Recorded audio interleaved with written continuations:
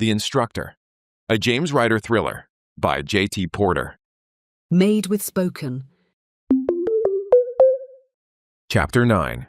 The aroma of strong coffee and powdered eggs filled the makeshift dining area as dawn light filtered through the narrow windows of F.O.B. Fenty's mess hall. Caruso watched his team from the corner table he'd claimed, observing their interactions when they thought he wasn't looking. The clatter of metal trays and murmured conversations from sleep-deprived soldiers created a familiar backdrop to the morning routine. After 2 weeks of intensive training, the men had begun functioning as a cohesive unit rather than individual operators. Cooper automatically passed the salt to Feldman before he asked for it. Sullivan and Ryder exchanged observations about the day's likely training schedule without speaking above a whisper.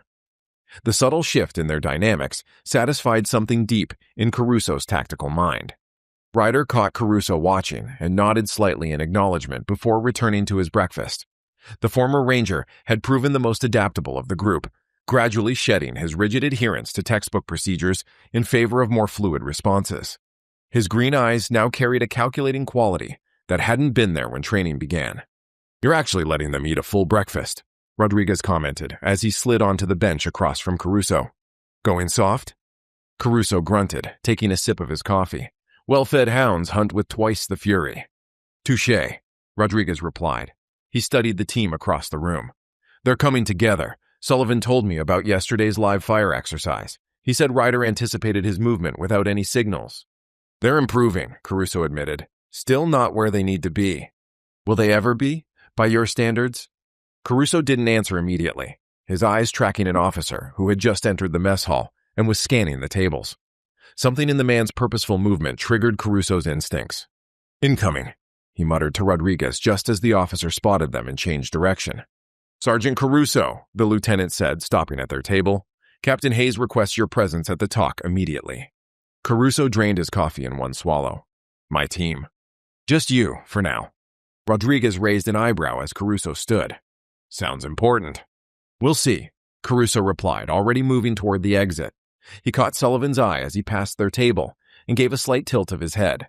The staff sergeant nodded, understanding the unspoken instruction to keep the team ready. The morning air cooled Caruso's face as he crossed the compound toward the Tactical Operations Center. The mountains surrounding the base stood in stark silhouette against the brightening sky, their peaks still white with snow despite the approaching summer. Vehicles rumbled past, carrying soldiers to patrol assignments or training exercises, filling the air with diesel fumes and dust. Inside the talk, radios buzzed with conversations, and blue computer screens lit up the tense room. Hayes stood at the central table, examining a satellite image spread across its surface. His silver-streaked hair caught the overhead lights as he looked up at Caruso's approach. "Caruso," Hayes nodded in greeting. "How's the kill school progressing?" "The team's coming together," Caruso replied. "Cooper's a natural marksman, Feldman's tactical analysis is improving, and Ryder's finally learning to think beyond the textbook. And Sullivan, he's solid. Having seen the Kunduz sniper firsthand gives him an edge the others don't have." Hayes studied him for a moment. "You think they're ready for a field operation?" The question immediately sharpened Caruso's focus. "What kind of operation?" "I've got something," Hayes said, gesturing for Caruso to come closer to the satellite imagery. "Intelligence picked up chatter about the Kunduz sniper. He's on the move." Caruso's pulse quickened, but he kept his expression neutral as he studied the image of a detailed satellite view of Kunduz City and its surrounding areas. Several locations were marked with timestamps and brief notations. "These are confirmed sightings over the past 72 hours, Hayes explained. He's changed his pattern, moving to a new sector of Kunduz City he hasn't operated in before. "What triggered the change?" Caruso asked, examining the pattern of movements. Hayes slid a folder across the table. "This man, Saeed Ghazni, a known intermediary for the Nafez brothers. He was spotted meeting with the Kunduz sniper yesterday at this location. The Nafez brothers who arm the Taliban. Aren't they based in Jalalabad?" "They are," Hayes confirmed. "Local warlords with ties to both Taliban leadership and the heroin trade. We've been monitoring them closely after reports of unusual numbers of RPGs appearing in their compounds. And now their representative is meeting with the Kunduz sniper," Caruso said. The implications immediately clear. They're working together. "Our analysts believe they've hired him for something specific," Hayes continued, opening the folder to reveal intelligence reports and surveillance photos. "The question is what? The Nafez brothers operate primarily in Jalalabad, yet the Kunduz sniper remains in his territory. He's waiting for a target, Caruso concluded. Someone coming to Kunduz. Hayes nodded, his expression grim. And we think that target might be you. The statement hung in the air between them. Caruso absorbed it without surprise. Torres tracked him for months, Caruso said. The Kunduz sniper would know I trained him, that I'd want payback for his death. Exactly. Our intelligence suggests the Nafez brothers have extensive information about our personnel movements. They know you're at FOB Fenty running the kill school. Tell me about the sniper, Caruso said, his mind already calculating angles and opportunities. What do we know beyond what Torres gathered? Hayes extracted several documents from the folder, spreading them across the table. Vasily Petrov, former Spetsnaz, then mercenary work in Syria and Chechnya, before appearing in Afghanistan about 18 months ago. Russian? Russian trained, at least. His background is murky, but intelligence believes he developed a pathological hatred for American forces during his time in Syria, where a U.S. airstrike reportedly killed his younger brother, who was also working as a contractor. That explains his focus on coalition forces. Caruso noted, he's not just a hired gun, he's got a personal vendetta. Which makes him particularly dangerous, Hayes agreed. He's not just executing contracts, he's enjoying the work. Caruso studied the intelligence report, memorizing details about Petrov's known tactics and psychological profile. So he shifted his operational area within Kunduz. What's the significance of the new location? Hayes pointed to the satellite image. The neighborhood overlooks a key transit route the Afghan National Army uses regularly. Perfect sniper territory with multiple elevated positions and civilian cover. We believe he's preparing for an operation to protect a weapons transfer. And the timing of his meeting with the Nafez representative suggests an attack is imminent, Caruso added, the tactical picture forming in his mind. Hayes nodded. This presents an opportunity. We know where he is for the first time in months. We could potentially neutralize the threat before he kills again. Caruso straightened, sensing where this was heading. You want my team to go after him. I want your assessment of whether they're ready, Hayes corrected. Caruso considered his team's readiness. They had progressed rapidly, but hunting someone of the Kunduz sniper's caliber was different from any training scenario he could devise. My team's not fully ready, he admitted, but they're as ready as they're going to get without actual field operations, and we might not get another chance at him. A muscle tightened in Hayes' jaw as he considered the proposal. Your primary objective would be confirmation of identity, location, and any illegal weapons, with elimination as a secondary goal if conditions permit. This isn't a revenge mission, Caruso. Understood, Caruso agreed, though both men recognized the promise beneath his words. Hayes dismissed him with a gesture, already turning to coordinate the additional support elements the mission would require. Caruso left the talk with a renewed sense of purpose. Finally, after weeks of waiting and training, he had a direct path to fulfilling his promise to Torres. The sunlight had strengthened when he returned to the training area where his team waited. They stood in a loose circle, rifles slung, listening to Sullivan describe a close-quarters combat technique he'd used in Iraq. Their heads turned in unison as Caruso approached, instantly alert to his expression. Gather your gear, he announced. Training is canceled. We've got a mission briefing at 1300. What kind of mission? Cooper asked, already checking his equipment. We've located the Kunduz sniper, Caruso replied, watching their reactions closely. We're going hunting. A tense silence settled over the group as they processed this information. It was Ryder who finally broke it. So we're not just intercepting weapons or conducting recon, he said, his tone making it a statement rather than a question. We're hunting now. Officially, it's a patrol for illegal weapons, but yeah, we're hunting. Feldman adjusted his glasses, and the analytical part of his mind was already working through the scenario. If intelligence knows he's there, he likely knows we're coming. Almost certainly, Caruso confirmed, which is why we need to approach this differently than any previous operation against him. The men exchanged glances, a mixture of anticipation and wariness in their expressions. They understood the significance of what Caruso was proposing. This wasn't just another training exercise or routine mission. This was a direct confrontation with the man who had killed their brothers in arms. Questions? Caruso asked. Are we ready? Feldman voiced the doubt that likely resided in all their minds. Caruso studied each man in turn, seeing both their strengths and weaknesses with clear eyes. You're ready for this, he said firmly. 2 weeks ago, I wouldn't have said that, But you've become something different now, something that can meet this threat. The men straightened, drawing confidence from his assessment. Even Feldman, typically the most cautious of the group, set his jaw with newfound determination. Briefing room at 1300, Caruso reminded them. Until then, equipment check and weapons prep. This isn't a training run. From this moment forward, we're operational.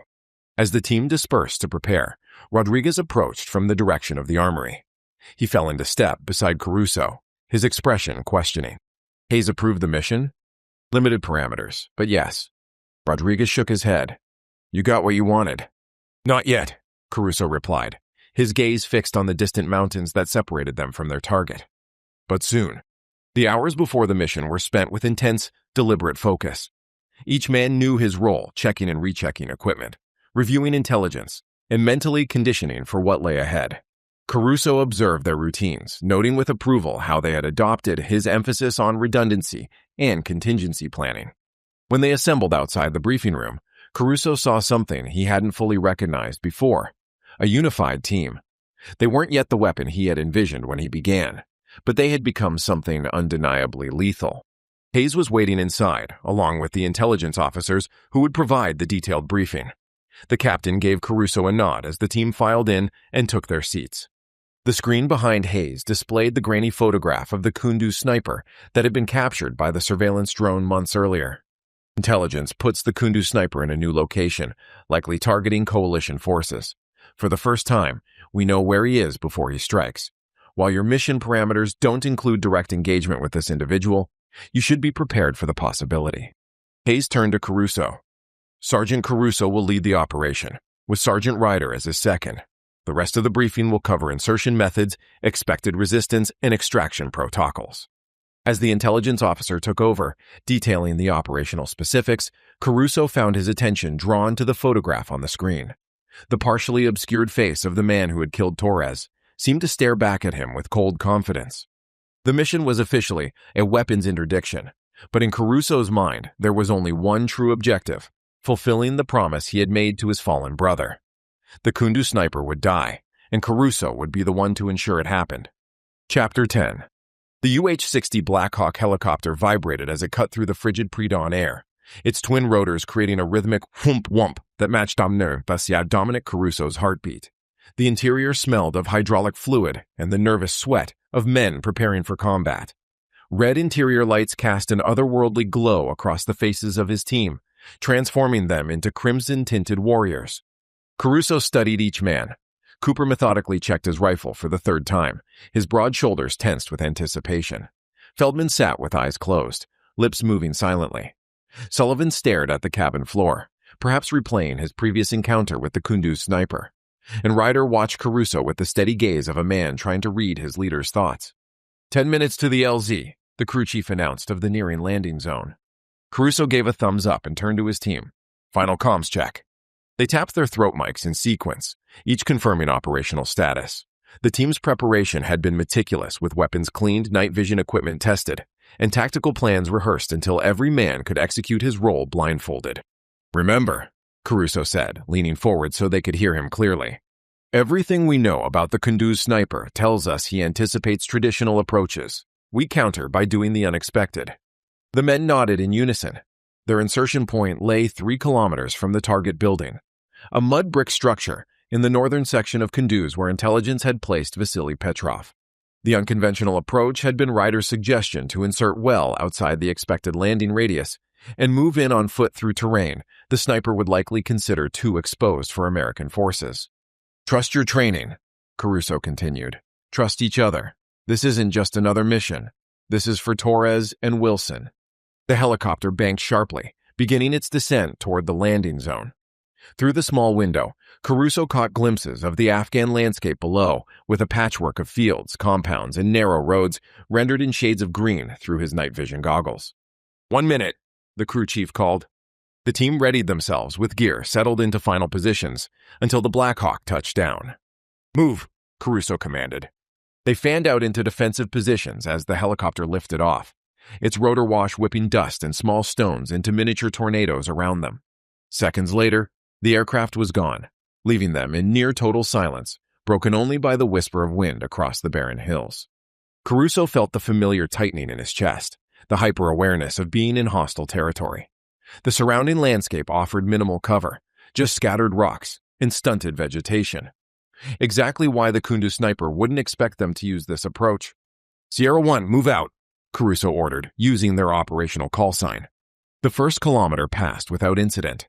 The team moved with the fluid efficiency of predators, covering ground quickly while maintaining tactical awareness. The distant lights of Kunduz grew steadily larger, a constellation of yellow pinpricks against the black horizon. Halfway to their objective, they encountered the first potential complication at a shepherd's hut with a small flock of goats penned nearby. Caruso signaled a halt, assessing the risk. A shepherd spotting them would compromise the element of surprise. Ryder moved alongside him. "Occupied?" he whispered. Caruso studied the structure there through his thermal scope. A single heat signature glowed inside of someone sleeping. "One occupant. We'll circle wide." They diverted their course, adding precious minutes to their approach but preserving operational security. When they reached the outskirts of Kunduz, the eastern sky began to lighten, with stars fading as night prepared to surrender to dawn. The northern Afghanistan city sprawled before them, a maze of narrow streets and buildings constructed with little regard for urban planning. Their target lay in the North Quarter, a 3-story structure that intelligence believed served as the Kunduz sniper's current nest. Cooper took point as they entered the first alleyway, his rifle scanning methodically for threats. As they moved deeper into the city, the air became heavier with the sense of cooking fires, human waste, and spices. A smattering of dogs barked in the distance, but the streets remained empty, most residents still hours from waking. "Intersection ahead," Cooper's voice whispered through the comms. "Market Square. Minimal cover for crossing." Caruso moved forward to assess. The open area contained market stalls, currently empty but still problematic. Crossing would expose them from multiple angles. "Split and regroup," he decided. "Cooper and Sullivan, circle east. Feldman, Ryder, with me west. Rendezvous point Charlie." The team divided smoothly, disappearing into separate alleyways. Caruso led his element through a narrow passage barely wide enough for their shoulders, the walls close enough to touch on both sides. They encountered a sleeping homeless man tucked into a doorway, his thin body curled around itself for warmth. Caruso froze, signaling the others to halt as the man stirred, mumbled something unintelligible, then settled back into an uneasy slumber. They continued past like ghosts moving through the sleeping city. At the rendezvous point, Caruso checked his watch. They remained on schedule, with first light still 30 minutes away. The target building stood 200 meters ahead, its upper floor offering commanding views of the surrounding area, ideal for a sniper's perch. "Final approach," Caruso said. "Sullivan, overwatch position on the south building. Cooper, east corner. Feldman, west. Ryder with me on primary entry." The men separated to their assigned positions, each understanding their role in the carefully choreographed machine of violence that would follow. Caruso and Ryder advanced toward the main structure, using shadows and alcoves for concealment. When they reached the target building's outer wall, Caruso studied the structure one final time. No lights visible, no movement detected through thermal imaging. The intelligence had placed Petrov on the 3rd floor in the northeast room. "Sierra team status," Caruso whispered into his comm. "Sierra 2 in position," Sullivan responded. "Sierra 3 ready," came Cooper's confirmation. "Sierra 4 set," Feldman added. Caruso looked at Ryder, who gave a single nod. "Breach on my command. Go." They entered the ground floor through an unlocked side entrance, advancing with weapons ready. The interior smelled of dust and decay, and much of the building appeared unused. They cleared rooms methodically, encountering nothing but emptiness. The staircase to the 2nd floor creaked despite their careful movement. Each sound seemed magnified in the pre-dawn stillness, and Caruso felt the familiar tightening of combat anticipation along his spine. The 2nd floor yielded the same result of vacant rooms with minimal furnishings. At the base of the stairs leading to the 3rd floor, Ryder paused, examining the steps with a tactician's eye. He pointed silently to a nearly invisible wire stretched across the 3rd stair. A trap. Exactly as expected. Caruso felt a surge of certainty. Petrov was here. The careful placement of the tripwire matched the description Sullivan had given of the ambush that killed Torres. They stepped over the wire and continued upward, their movements slowing as they approached the 3rd floor. The hallway stretched before them, doors on either side leading to various rooms. Their target in the northeast corner lay at the end. "Movement," Sullivan's voice came through the comms. "Third floor, northeast corner. Single heat signature."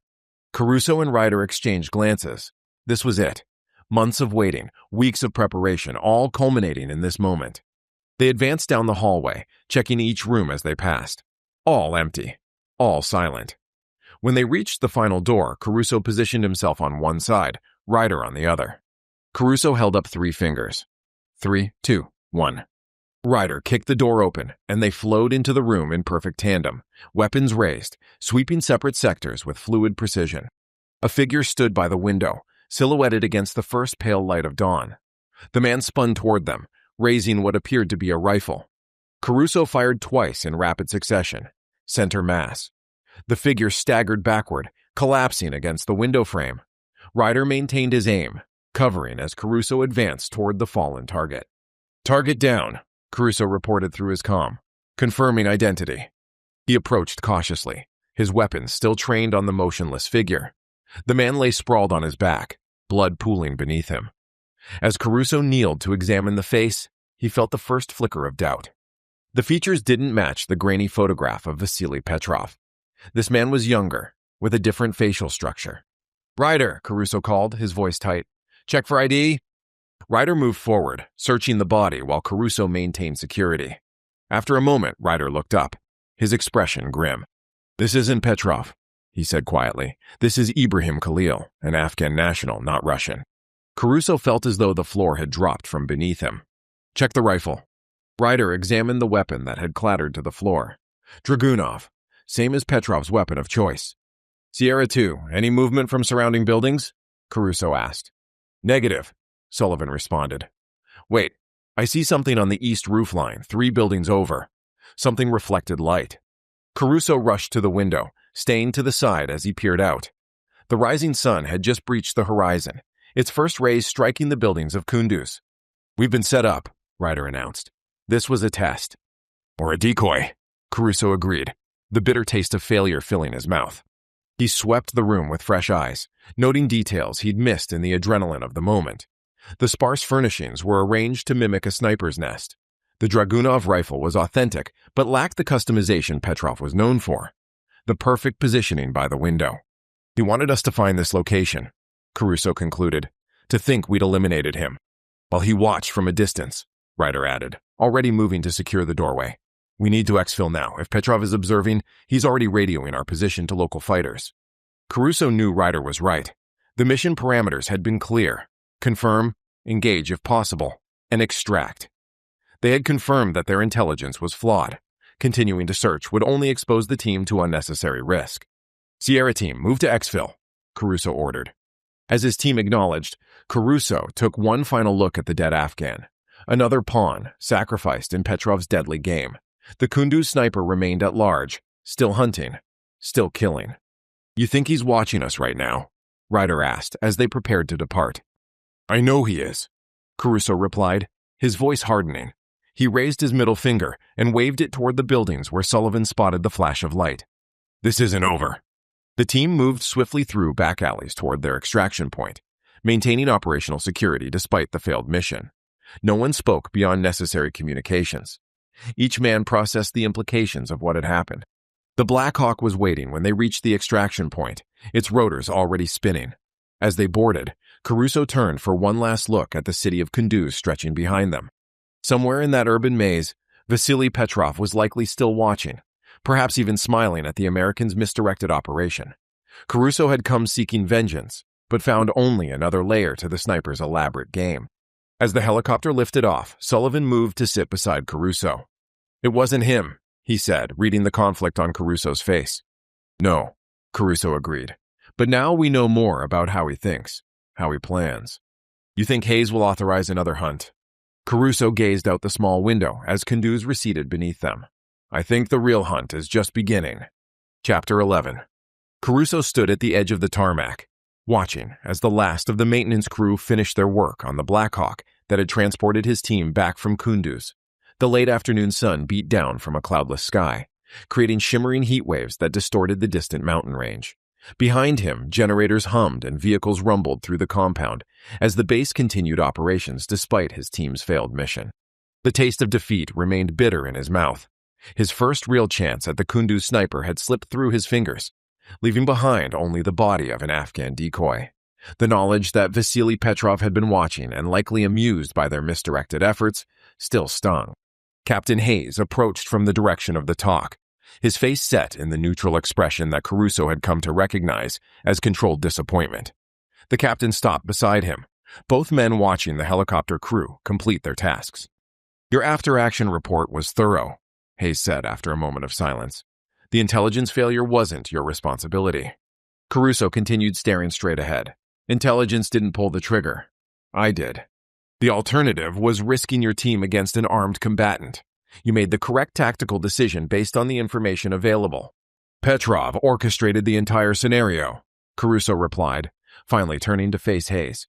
"He wanted us to find that location, to think we'd eliminated him. He's playing a longer game, and I walked right into it." Hayes nodded slowly. "He's methodical, patient, but he also revealed something important by setting this trap." "What's that?" "He knows you're hunting him, which means you've got him concerned enough to change his patterns." The observation provided little comfort. "I want to go back," Caruso said. "Now that we understand his methods better, we can adjust our approach." Hayes shook his head. "Not yet. The intelligence picture is too muddled right now. We need time to sort through what's real and what's misdirection. Every day we wait gives him more opportunity to disappear." "Or to make a mistake," Hayes countered. "The Kunduz sniper has survived this long by being patient and precise. I need you to demonstrate the same qualities." Caruso clenched his jaw, frustration building behind the professional facade he maintained. "I will, but just let us finish the job. The key is not to force a showdown, but to be ready to win when it happens," Hayes replied, his tone making it clear the decision was final. "Continue training your team. Build on the lessons from this operation. Your time will come to take out the Kunduz sniper." Caruso wanted to argue, but recognized the futility. Hayes was right about the intelligence picture remaining unclear. Going back now could result in another trap, or worse. The team quarters felt oppressively quiet when Caruso returned. Cooper and Feldman hunched over a map spread across the small table, quietly discussing terrain features relevant to their training scenarios. Sullivan cleaned his rifle while Ryder stood by the narrow window, staring out at the compound, his posture rigid with unresolved tension. "Hayes wants us to continue training," Caruso announced without preamble. "Intelligence needs time to reassess the situation in Kunduz." The team understood military protocol well enough to know that arguing with command decisions rarely yielded results. "What went wrong?" Ryder asked, turning from the window to face Caruso directly. His eyes carried the intensity that had made him a standout operator. "Everything and nothing," Caruso replied, moving to the center of the room. "Our execution was technically flawless. The intelligence was compromised. Or deliberately manipulated," Feldman added. "The setup was too perfect. The location, the Dragunov, the lone figure at the window, at exactly the right time." Sullivan set down his cleaning rod. "Petrov knew we were coming. He's either got sources inside our intelligence network, or he's familiar enough with our operational patterns to predict our response." "Probably both," Cooper suggested, looking up from the map. "Either way, he was several steps ahead of us." Caruso nodded, taking in their assessments. Despite the failure, he felt pride in how quickly they had processed the situation and begun analyzing what had gone wrong. They were thinking like the hunters he had trained them to be. "The mission wasn't a complete loss," he said. "We now have confirmation that Petrov is working with the Nefez brothers, and he's concerned enough about us to create elaborate counterintelligence. Those are weaknesses we can exploit." The men exchanged glances, their expressions suggesting skepticism rather than renewed confidence. The failed mission had taken a toll on their morale that no tactical analysis could immediately repair. The door swung open, and Rodriguez entered, taking in the somber atmosphere with a quick glance. "You all look like someone pissed in your cornflakes." "Just reviewing our Kunduz operation," Caruso replied. Rodriguez nodded, understanding immediately. "Sometimes the best medicine for a botched mission is to get back in the field.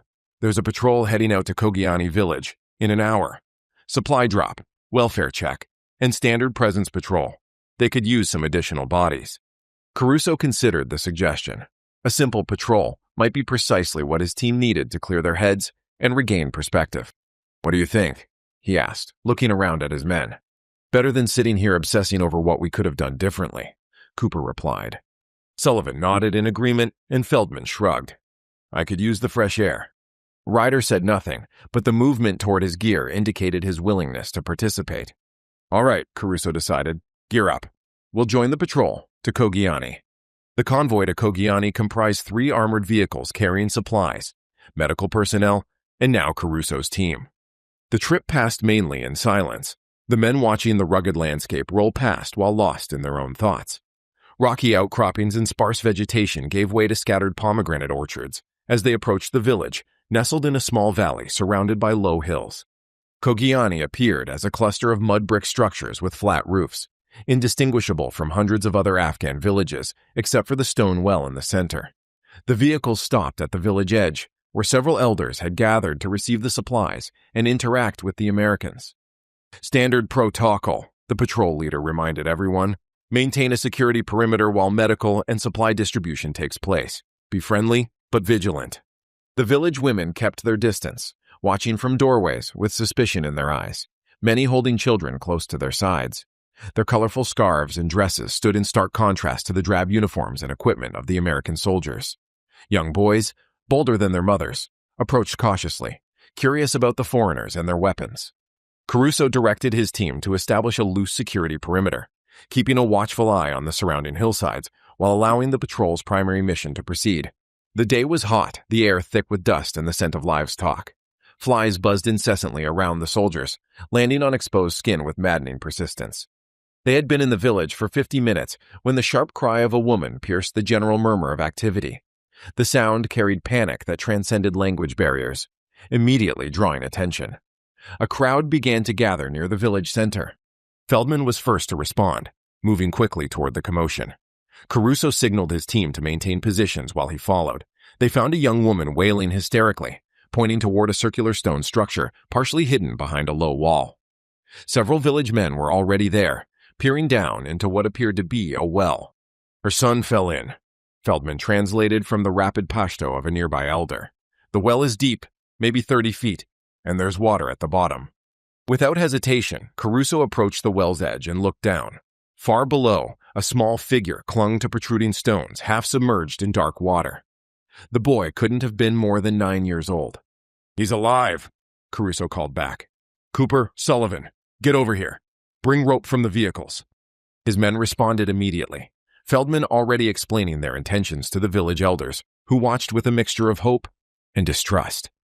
Cooper returned moments later with a coil of climbing rope, and Sullivan brought a medical kit. "The sides are too slick for him to climb out," Feldman observed, examining the well's interior, "and too narrow for an adult to go down." Caruso's mind raced through options. "We need to create a harness he can secure himself into, something simple enough for a frightened child to understand." "I can talk him through it," Feldman said. "My Pashto isn't perfect, but it should be enough." Cooper was already fashioning a rescue harness from the rope, his large hands working with surprising dexterity. "This should hold him if we can get him to put it on properly." Ryder, who had maintained the security perimeter, approached. "The entire village is watching," he said quietly to Caruso. "This could turn ugly fast if something goes wrong." Caruso nodded, understanding the implications. This wasn't just about saving a child. It was about demonstrating that American soldiers were more than just armed fighters. "Let's do this right," he replied. Feldman took a position at the well's edge, calling down to the boy in careful Pashto. The child responded weakly, his voice echoing up from the stone chamber. Cooper finished the improvised harness and attached it to the main rope, which Sullivan secured to a bumper on one of the armored vehicles. "Tell him we're sending down a rope with loops," Caruso instructed Feldman. "Explain how to get into the harness and then hold tight." Feldman translated, speaking slowly and clearly. The boy's frightened acknowledgement came back up from the darkness. Cooper carefully lowered the harness, guiding it toward the child with methodical patience. Minutes stretched as Feldman continued to encourage and instruct the boy. The village had fallen completely silent, every eye fixed on the well, every breath held in collective anxiety. "He's got it," Feldman announced. "Tell him to hold on tight," Caruso instructed. "We're going to pull him up slowly." Cooper, Ryder, and several village men took positions on the rope, ready to haul. At Caruso's signal, they began to pull in unison, the rope going taut as it took the child's weight. Inch by inch, they raised the boy from the well. When the child's head finally appeared at the opening, a collective gasp rose from the gathered villagers. As they lifted him clear of the well, his mother rushed forward, embracing her son with desperate relief. Cheers erupted spontaneously, the earlier suspicion in the villagers' eyes replaced by genuine gratitude. Caruso felt a smile breaking through his professional demeanor as he watched the reunion. For a brief moment, the pain of Torres Wilson and missing Petrov faded, replaced by the simple satisfaction of doing something good. The atmosphere had transformed as the patrol prepared to return to FOB Fenty. Villagers, who had earlier watched with suspicion, now offered small gestures of thanks. Women smiled from doorways, and children gathered closer, their fear replaced by curiosity. "That felt good," Sullivan admitted as the convoy approached the base perimeter. "Different kind of mission, but satisfying." "Sometimes the best victories aren't the ones you plan for," Caruso replied. The sun was setting as they rolled through the FOB's gates, painting the mountains in shades of purple and gold. As they unloaded their gear, Caruso caught fragments of easy conversation between his men, and the tension from earlier that day diminished. Hayes was right. Forcing a confrontation with Petrov now would be a mistake. The true test wasn't about how quickly they could find the Kunduz sniper. It was about being ready to eliminate him definitively when the opportunity presented itself. Caruso was certain he'd emerge victorious whenever that moment arrived. Chapter 12. Morning dew clung to the fabric of the obstacle course as Sergeant Caruso surveyed the training ground. The rising sun cast long shadows across FOB Fenty, with the mountains on the horizon still shrouded in hazy darkness. Caruso inhaled deeply, letting the cool air clear his thoughts as he contemplated the day ahead. 2 days had passed since their patrol to Kogiani village. 2 days of reflection on his approach to training, the mission that had failed in Kunduz, and the promises he'd made to Torres that remained unfulfilled.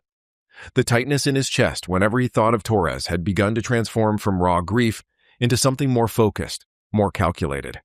Ryder approached from the direction of the barracks, his boots crunching across the gravel. The early hour hadn't dampened his alertness. He moved with the same measured precision that characterized everything he did. "You're up early," Ryder commented, coming to stand beside Caruso. "Different day, different training," Caruso replied. "Got me thinking after Kunduz and Kogiani." Ryder studied the obstacle course, seeming to anticipate the grueling physical challenges that had become routine. "What's on the schedule?" "Not what you're expecting." Caruso turned to face him directly. "I've been pushing you all to your physical limits, but that's not what failed us in Kunduz. We need mental adaptability, not just stronger bodies." Interest flickered across Ryder's face. Before he could respond, the rest of the team arrived. Cooper and Feldman walked together, deep in conversation, about something technical, while Sullivan trailed slightly behind, his expression still carrying the weight of his experiences. "Gather round," Caruso called. The men formed a loose semicircle around him. They'd grown accustomed to his intensity, to the relentless physical demands. The wariness in their eyes told him they expected more of the same. "The Kunduz operation showed me something," Caruso began. "Petrov isn't just a skilled sniper. He outthinks his opponents. He anticipates standard approaches and prepares counters before we even arrive. We need to match that mental agility." He gestured toward the obstacle course. "Physical conditioning remains part of our regimen, but from today, we focus more on tactical adaptation and mental flexibility." Sullivan raised an eyebrow. "What does that look like in practice?" "Scenarios that force you to abandon protocol and improvise," Caruso explained. "Critical thinking under ambiguous conditions with incomplete intelligence. Exercises that challenge your assumptions." Cooper crossed his arms. "Sounds less punishing on the body, at least." "Don't get your hopes up," Caruso replied with a hint of a smile. "Your bodies still need to execute what your minds conceive." He led them toward the small building that housed their classroom space. Inside, the walls were covered with maps, intelligence reports, and photographs. "Before we begin today's training," Caruso said, closing the door behind them, "I owe you all something." The unexpected statement drew their full attention. What happened in Kunduz wasn't a failure of execution. You performed exactly as trained. Caruso paused, the admission difficult for him. "If anyone failed, it was me. My judgment was compromised." The room fell silent. None of the men had expected this level of candor from their instructor. "Torres wasn't just another operator to me," Caruso continued, his voice tight with controlled emotion. "As I told you before, we came up through the ranks together and conducted multiple deployments and countless missions together. What I didn't tell you is he saved my life in Mosul during a house clearing gone bad. Took a bullet in the shoulder that was meant for my head." He moved to the map of Kunduz where red markers indicated known sniper positions. When he died, something in me changed. I became fixated on eliminating Petrov, not just as a mission objective, but as personal vengeance. That clouded my tactical assessment. The men exchanged glances, uncertain how to respond to this uncharacteristic vulnerability. I'm telling you this because the same thing could happen to any of you, Caruso continued. Personal attachment is inevitable in our line of work. Brothers in arms become family, but allowing emotion to drive tactical decisions gets people killed. Ryder nodded slowly. Like pushing too hard for the Kunduz operation before we had solid intelligence. Exactly, Caruso confirmed. I wanted Petrov so badly I was willing to accept questionable intel that supported my desired outcome. Sullivan leaned forward. With respect, Sergeant, most of us would have made the same call after losing someone like Torres. Maybe, Caruso acknowledged, but our job on the kill team is to be better than most, to maintain objectivity no matter the circumstance. He looked each man in the eye. From now on, kill school changes. We'll still get Petrov, but we'll do it right. Cooper's deep voice broke the momentary silence. What's first on this new training regimen? Caruso tapped a folder on the table. Intelligence analysis. Feldman, you're leading this morning's session. The rest of us will learn how you see patterns others miss. Feldman straightened, surprised at being put in a teaching role. You want me to instruct? Each of you has specialized skills the others need to absorb, Caruso explained. Cooper's marksmanship, Sullivan's tactical movement, Ryder's precision planning, execution, and leadership. We need to cross-train to become a more complete kill team. For the remainder of the morning, they immersed themselves in Feldman's approach to intelligence analysis. The lanky sergeant displayed unexpected confidence as he demonstrated how he identified patterns in seemingly unrelated data points. By midday, even Caruso had gained new insights into the Kunduz sniper's operational tendencies. After a quick meal, they moved to the firing range where Cooper led them through advanced marksmanship techniques. The broad-shouldered spotter showed a natural talent for instruction, breaking down complex ballistic concepts into manageable components. As the afternoon sun began its descent, Caruso called an end to the day's training. That's enough for today. Get some chow. Take the evening. We start again at 0600. The men looked at him with surprise. It was the first time since training began that he'd given them free evening hours. You're giving us the night off? Cooper asked, unable to hide his disbelief. Consider it an experiment, Caruso replied. Let's see what you do with time to yourselves. As the team moved toward the mess hall, Caruso remained behind. The shift in approach felt right. He could already see the team responding to the emphasis on mental adaptation to complement their physical prowess. Hours later, expecting his men to be relaxing or sleeping, Caruso returned to the classroom to prepare for the next day's training. He paused at the entrance, surprised to hear voices inside. Caruso saw his entire team gathered around the table through the partially open door. Cooper and Ryder examined a map and discussed approach vectors. Sullivan was demonstrating a close-quarters combat technique to Feldman, who mimicked the movements with careful attention. They hadn't taken the night off. They'd chosen to continue training, taking the initiative without direction. Caruso felt a surge of pride mixed with validation. This was the kind of self-motivation he'd hoped to cultivate. He was about to join them when Rodriguez appeared at his shoulder. Impressive, Rodriguez whispered, nodding toward the team inside. They've come a long way. They have, Caruso agreed, but they've still got a ways to go. Hayes is looking for Sullivan, Rodriguez said. Sent me to find him. Caruso frowned. Is there a problem? Don't think so. Something about a specialist arriving on the supply flight. Caruso pushed open the door, interrupting the team's session. Sullivan, you're wanted at the talk. The rest of you, continue what you're doing. Sullivan's fingers fumbled slightly with his gear as he set it down, his eyebrows tightening with concern. Any idea what this is about, Sergeant? No idea, Caruso replied. Rodriguez can take you. Sullivan exchanged glances with the others, uncertainty evident in his posture as he followed Rodriguez out. The remaining team members looked at Caruso questioningly. Probably nothing serious, Caruso reassured them, though he wasn't entirely convinced himself. Show me what you've been working on. Caruso observed and participated in the team's self-directed training for the next hour. Impressed by their initiative, they had synthesized the day's lessons into practical applications, already incorporating Feldman's analytical approaches into tactical planning. The door swung open, and Sullivan reappeared with a broad smile that transformed his usually serious face. Beside him trotted a Belgian Malinois with alert ears and intelligent eyes. The dog moved with fluid grace, perfectly in step with Sullivan. "Gentlemen," Sullivan announced with undisguised pride, "meet Shadow." The team's reaction was immediate. Ryder and Cooper set aside their work, approaching with interest while maintaining a respectful distance. "A military working dog?" Feldman asked. Sullivan nodded. "Shadow's previous handler was discharged. First Sergeant McAllister remembered my canine experience and recommended me as a replacement handler." "She's beautiful," Cooper said, extending a hand for the dog to sniff.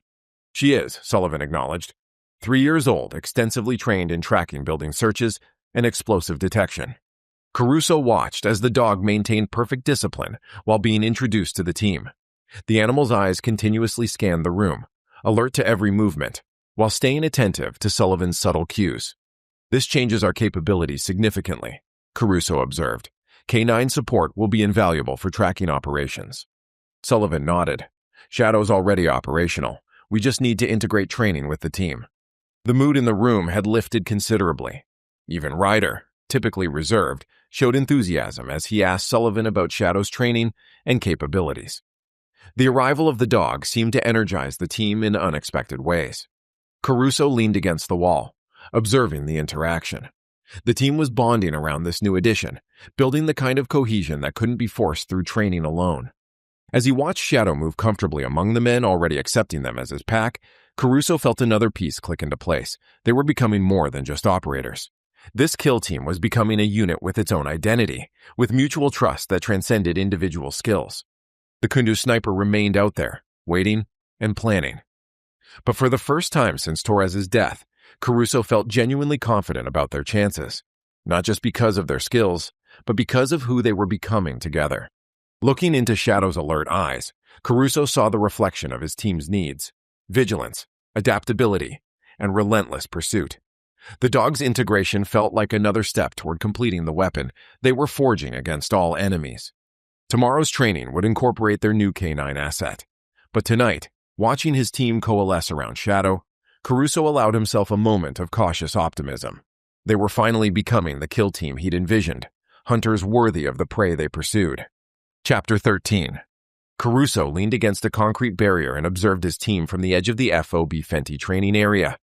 2 weeks had passed since Shadow's integration, and the change in his team's dynamics was remarkable.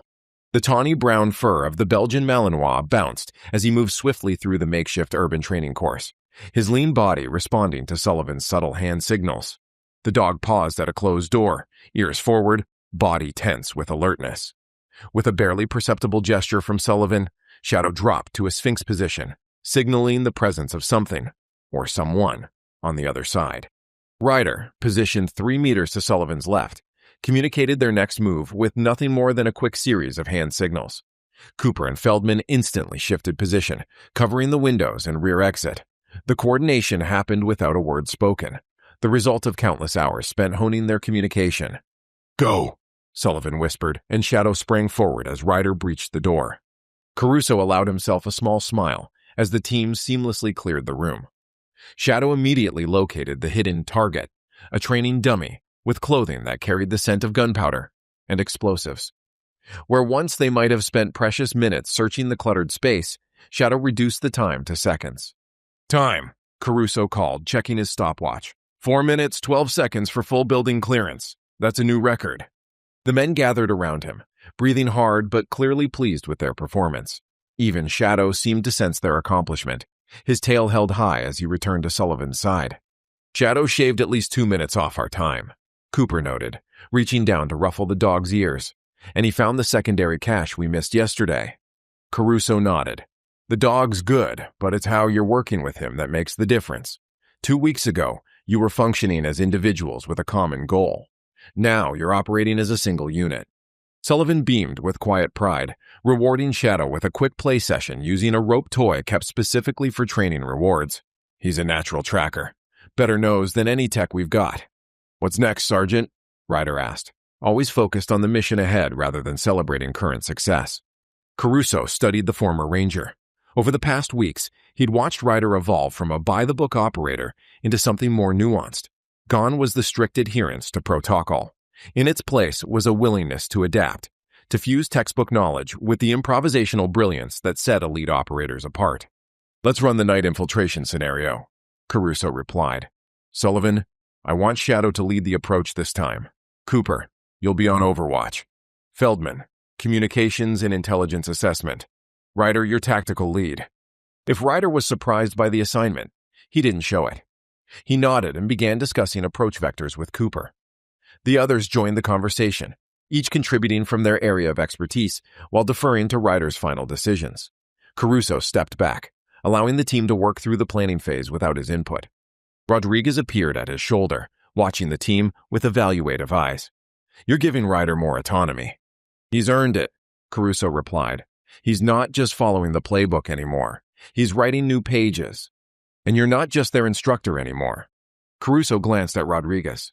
Meaning you've transitioned from teaching to leading alongside them. That's how they've come so far so fast. The observation struck closer to home than Caruso had expected. He had indeed noticed the shift in his relationship with the team. What began as a training assignment had evolved into something more like the brotherhood he'd shared with Torres and his previous Delta teammates. "They're ready for more than training scenarios," Caruso said, changing the subject. Rodriguez raised an eyebrow. "You think Hayes will greenlight another operation after Kunduz?" "He will if the intelligence justifies it." As if summoned by the conversation, a young specialist approached from the direction of the command center. "Sergeant Caruso, Captain Hayes requests your presence at the talk. Says it's urgent." Caruso exchanged a look with Rodriguez before turning to his team. "Continue with planning. I'll be back." Captain Hayes stood at the central table in the Tactical Operations Center, studying satellite imagery spread across its surface. Caruso cleared his throat. "You wanted to see me, sir?" Hayes looked up, his face grave but with an undercurrent of anticipation. "We've got something, Caruso. Solid this time." He gestured to the satellite images. Caruso moved closer, recognizing the urban fingerprint of Jalalabad. Several buildings were circled in red, with timestamps and notes added by intelligence analysts. 3 separate sources have confirmed Petrov's presence in Jalalabad, Hayes explained. He's been there for at least the past week, meeting regularly with associates of the Nafez brothers. Caruso felt the familiar surge of adrenaline, tempered now by the lessons of their previous failed mission. "What's he doing in Jalalabad? That's outside his usual hunting grounds." "That's what makes this intelligence particularly credible," Hayes replied, pointing to a compound on the city's eastern edge. "The Nafez brothers control this area. They're running weapons to Taliban cells throughout the region, including a seemingly endless supply of RPGs that have been used against coalition forces. Petrov's working security for their operation," Caruso concluded. "That's our assessment," Hayes confirmed.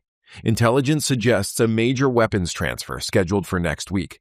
Petrov appears to be conducting security assessments and eliminating potential threats in advance." Caruso studied the imagery, his mind already calculating approach vectors, security challenges, and extraction routes. "My team is ready, sir." Hayes regarded him steadily. "Are they? Or are you just eager for another shot at Petrov?" The question would have provoked anger weeks ago. Now, Caruso considered it with professional detachment.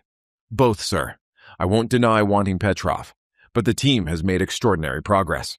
The kill team is operating at a level I've rarely seen, even among established Delta units." "Has Shadow's integration accelerated their development?" "Significantly. Sullivan's canine experience is extensive, and the others have adapted quickly. More importantly, they've developed the kind of intuitive communication that usually takes months to build." Hayes nodded slowly. "I'm not authorizing another direct action mission. Not yet. But I am approving a surveillance operation in Jalalabad. Get eyes on Petrov, confirm his patterns, and gather intelligence on the weapons transfer." "Understood, sir." Caruso felt a mixture of disappointment and relief. A surveillance mission wasn't the confrontation he craved, but it was a step closer to Petrov. "I'm serious about the parameters, Caruso," Hayes emphasized. "Surveillance only. If you locate Petrov, you report back. No engagement without direct authorization." "Clear, sir." "Take a couple of days to prepare. You'll insert at night to minimize visibility. Rodriguez will handle communication support from the talk." As Caruso turned to leave, Hayes added, "This is how we get him, Sergeant. Patience and precision." "Yes, sir." The team received the news with focused intensity. No celebration or high fives, just the quiet determination of professionals given a meaningful task after weeks of preparation. "Surveillance parameters," Caruso explained, laying out the mission details. We locate Petrov, confirm his connection to the Nefez weapons operation, and document everything for follow-up action. What's our insertion method? Cooper asked. Ground transportation disguised as humanitarian aid workers, Caruso replied. Less conspicuous than helicopters and gives us freedom to move within the city. Feldman was already examining maps of Jalalabad, his analytical mind identifying potential observation posts. The eastern districts are heavily monitored by Nafez security. We'll need multiple approach options. Right. That's where Shadow comes in, Sullivan said. She can detect security positions before we're compromised. How? Feldman asked. She can detect a drop of gun oil, explosive residue, and even the adrenaline sweat of guards on high alert. Feldman nodded. Nice. Ryder remained silent, meticulously absorbing the details, as if cataloging each one. Once he spoke, his voice carried the confidence of a leader rather than just a team member. We need to establish a rolling surveillance pattern. No team stays in one location longer than 4 hours. Shadow and Sullivan take point for initial target identification, then Cooper sets up overwatch once we confirm Petrov's location. The others nodded in agreement, and Caruso noticed how naturally they deferred to Ryder's tactical assessment. The shift in team dynamics wasn't just about improved skills, it was about emerging leadership. Good approach, Caruso agreed. Feldman, I want you to run a pattern analysis on everything we see. If Petrov is establishing security for a weapons transfer, he'll have a system. I want to know what it is before he finishes setting it up. The next 2 days were a blur of meticulous preparation. They studied maps until they could navigate Jalalabad blindfolded, memorized cover identities, and rehearsed emergency extraction protocols. The night before deployment, Caruso found Ryder alone at the firing range. Everything ready? Caruso asked, taking a position beside him. As ready as it can be, Ryder replied. Silence stretched between them, comfortable rather than awkward. Finally, Ryder spoke again. Torres would be proud of what you've built here. The unexpected comment caught Caruso off guard. He looked at Ryder, trying to read the blank expression on his face. What makes you say that? Ryder holstered his pistol. Sullivan talks about him sometimes. He said Torres believed in building operators who could think, not just follow orders. Says that's what you believe too, even when headquarters wanted mindless machines. Caruso felt the familiar ache at the mention of Torres, but it was duller now, more like an old injury that predicts bad weather than the raw wound it had been. Torres understood something I didn't fully grasp until recently, Caruso admitted. Elite operators aren't made by instructors telling them what to do. They're forged by leaders showing them what's possible, then giving them room to do what they do best. Ryder nodded, absorbing the philosophy. Is that why you've been stepping back, letting me take more tactical lead? You noticed that, huh? Hard not to. Caruso cracked a slight grin. You're ready for it. When I started this training, I was the instructor, and you were the students. That dynamic has changed. To what? To something more like equals with different experience sets. I've got street wisdom and combat hours you haven't accumulated yet, but you've got leadership instincts I can't teach. I can only recognize and nurture them. The admission seemed to satisfy something in Ryder. He secured his pistol and resumed his preparations. We'll find Petrov this time. Yes, Caruso agreed, his voice hardening with certainty. We will. The pre-dawn darkness shrouded the convoy as it departed FOB Fenty the next morning. 3 vehicles, unmarked except for humanitarian aid symbols, carried Caruso's team and their equipment toward Jalalabad. The mood was somber, but focused, each man mentally preparing for the mission ahead. Sullivan sat with Shadow in the lead vehicle, occasionally murmuring reassurances to the dog as they navigated the rough mountain roads. Cooper and Feldman rode in the second vehicle, while Caruso and Ryder took the trail position, providing security for the small convoy. Something feels different this time, Ryder said quietly as they passed through a narrow valley. Caruso nodded, understanding exactly what he meant. Their last attempt to find Petrov had been driven by raw determination and the hunger for vengeance. This mission carried a different energy, calmer, more deliberate, but no less lethal. We're hunters now, Caruso replied. Not just soldiers following orders or instructors running drills. We've become what we were training to be.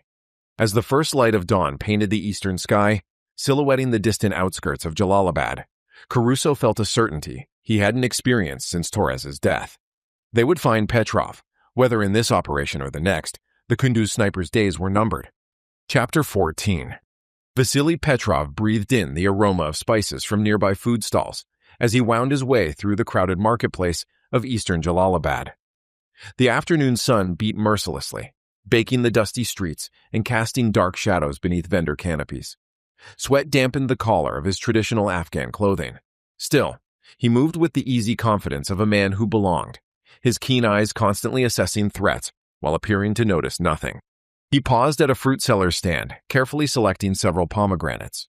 The transaction provided perfect cover as he surveyed the alleyway entrance across the street, where two men with telltale military posture attempted to blend with the civilian population. Their disguises were adequate: humanitarian aid workers with worn clothing and 3-day beards. However, Petrov recognized the vigilant scanning of their surroundings and the nearly imperceptible bulge of concealed weapons. Americans, not just any Americans, Caruso's team. A quick smile flashed across Petrov's lips as he paid for the fruit, thanking the vendor in flawless Pashto. The old man responded with genuine warmth, calling him brother, and offering an extra piece of fruit for the same price. Petrov accepted with appropriate gratitude, exchanging pleasantries about the old man's family before moving on. Petrov ducked into a narrow alley 3 blocks later and slipped through a heavy wooden door. The interior was cool and dim, a welcome respite from the punishing heat. A sparse room with concrete walls contained only a table, 2 chairs, and a metal trunk. Maps of Jalalabad covered one wall, marked with circles and timestamps. The opposite wall displayed surveillance photos of Sergeant First Class Dominic Caruso and his team, with some grainy, others startlingly clear. Petrov placed the pomegranates on the table and pulled a satellite phone from beneath his traditional clothing. "They're here," he said in Russian when the call connected. "Earlier than anticipated." The voice responded with concern. "How many?" 5 operators plus a military dog. They're maintaining humanitarian aid cover but conducting rolling surveillance. This complicates the shipment schedule. Petrov pulled a notebook from the metal trunk and flipped it open. Inside, meticulously detailed notes tracked the movements of Caruso's team since their arrival in Jalalabad. "On the contrary," Petrov replied, "their presence is an opportunity. We'll proceed according to plan, with minor adjustments to account for the dog." After ending the call, Petrov studied the photographs of each team member. Sullivan, with his military working dog. Cooper, the marksman with the broad shoulders. Feldman, deceptively slight but with watchful eyes. Ryder, whose posture alone telegraphed the lethality he could unleash. And Caruso, the butcher of Brooklyn. Petrov felt a flutter of anticipation as he studied Caruso's face. Not many opponents deserved his respect, but this one had earned it. The man had lost his closest friend to Petrov's ambush in Kunduz, yet had maintained enough discipline to build and train an elite team, rather than rushing headlong into revenge. Settling at the table, Petrov opened a different notebook and began writing. Each page contained detailed analysis of American Special Operations tactics, with a particular focus on Delta Force protocols. Years of observation had revealed patterns that most operators wouldn't recognize in themselves. Their predictable responses to specific scenarios, communication habits under stress, and common mistakes made when missions went wrong. Caruso was different, less predictable, more adaptive, more like Petrov himself. The thought brought back memories of his training days with Spetsnaz in the mountains of Chechnya. His instructor, Colonel Baranov, had drilled into him the fundamentals of psychological warfare. "The body goes where the mind leads," Baranov would say. "Control your enemy's perception, and you control his movements." Baranov had been a master of the art, right until a CIA-backed operation had left him bleeding out in Petrov's arms on a snowy mountainside near Grozny. His final words still echoed in Petrov's mind. "Make them pay, Vasya. They must face justice, our kind of justice." Petrov had honored that request over the years, not with blind hatred, but with calculated operations that slowly dismantled Western intelligence networks throughout Syria and Afghanistan. The Kunduz sniper identity was merely his latest incarnation, explicitly designed to target American special operations teams that have killed many of his comrades. The sound of children playing filtered through the small window. Petrov glanced up, momentarily distracted from his planning. 3 young Afghan boys kicked a makeshift ball in the alley, their laughter a stark contrast to the deadly calculations filling his notebook. Rising from the table, Petrov reached into his pack and withdrew a real soccer ball, a gift he'd been saving for his contact's son, but that could be replaced. He opened the door and tossed the ball to the startled children. "A better one for your game," he said in Pashto. smiling as their faces lit up with delight. "Thank you, Uncle," the oldest boy exclaimed, immediately organizing his friends into a proper match. Petrov watched for a moment, allowing himself to remember a time before Chechnya, before Syria, before his brother's death in the American airstrike, a time when he might have had children of his own. The memory faded quickly, replaced by cold resolve as he returned to his planning. For the next 3 hours, Petrov meticulously prepared for every contingency. He marked potential observation posts where the Americans might establish surveillance. He identified choke points perfect for ambushes. He calculated fields of fire from elevated positions throughout the eastern district. Most importantly, he designed false trails with breadcrumbs that would lead Caruso's team exactly where he wanted them. A knock at the door interrupted his concentration. 3 sharp taps followed by 2 softer ones, the agreed signal. Petrov drew his Makarov pistol and moved silently beside the door. "Enter," he called. The door swung open to reveal an Afghan man in his early 30s, smartly dressed in Western clothing despite the traditional surroundings. Amir Nafez, the younger of the Nafez brothers, stepped inside and quickly closed the door behind him. "My older brother is concerned," he said without preamble. "American Special Forces in Jalalabad just days before our largest shipment? This is not a coincidence." "Your brother worries too much," Petrov replied, returning to the table. "Their presence was inevitable. I've been preparing for it since Kunduz." Amir paced the small room, nervous energy radiating from his slender frame. "Ahmed wants the shipment delayed." "Then Ahmed is making a mistake. Patterns changed are patterns noticed. The weapons should move as scheduled." "And the Americans?" Amir stopped pacing, facing Petrov directly. Petrov smiled. "They won't be a problem." "You sound certain." "I am certain.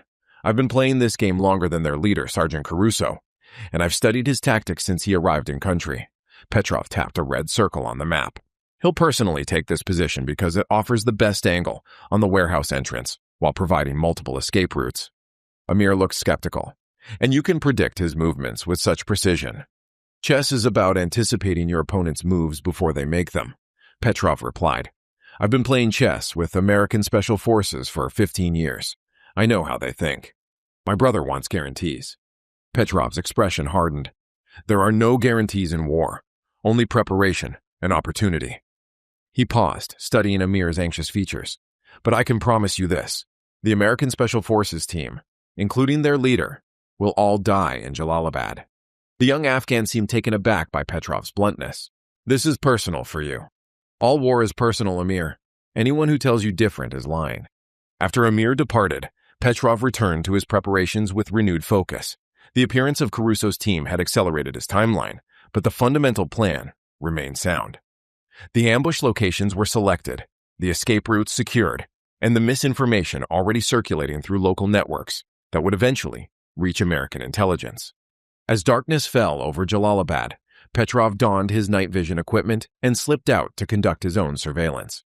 Moving with the silence born of years operating behind enemy lines, he navigated to a rooftop overlooking the eastern market district. Exactly as he had predicted, 2 of Caruso's men had established an observation post with clear sightlines to the Nafez warehouse. Cooper, the marksman, adjusted a compact spotting scope while Feldman monitored communications equipment. They had chosen their position well, covering multiple approach vectors while remaining difficult to detect from street level. For an hour, Petrov observed their routines, noting their communication patterns and security protocols. Every 20 minutes, one would conduct a brief perimeter check while the other maintained watch. Their discipline was impressive, and their movements were economical and precise. Petrov withdrew as silently as he had arrived, moving to a second location where he suspected another element of Caruso's team might be positioned. His instincts proved correct.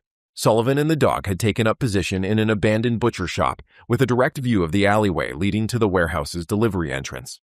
The dog would complicate matters. Traditional ambush tactics would need modification, but Petrov had prepared for this contingency too. By midnight, he had located all members of Caruso's team. As expected, Caruso occupied the optimal surveillance position on the 3rd floor room of a building across from the warehouse's main entrance. Ryder accompanied him. Returning to his safe house, Petrov made final adjustments to his plan.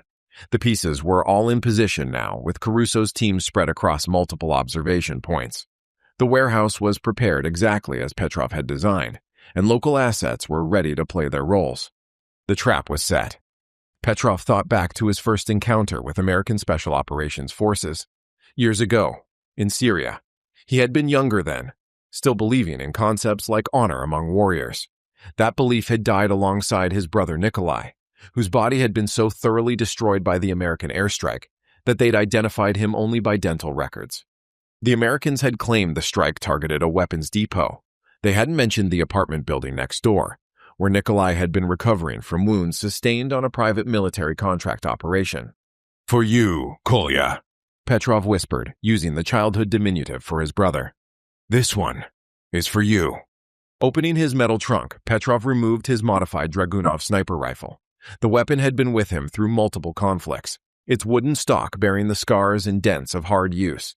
He began the meticulous process of cleaning each component and preparing specialized ammunition that would penetrate American body armor at the ranges he anticipated. As Petrov reassembled his rifle with the unconscious precision of a man who has performed the same action thousands of times, Petrov allowed himself a rare moment of satisfaction. Caruso was good, perhaps the best the Americans had fielded against him. But Petrov had one critical advantage. He was willing to die to complete his mission. Based on everything he'd learned about Dominic Caruso, the Americans shared that same willingness. That made the coming confrontation not just inevitable, but necessary. A final resolution between two men who had dedicated their lives to the art of dealing death. Only one would walk away from Jalalabad.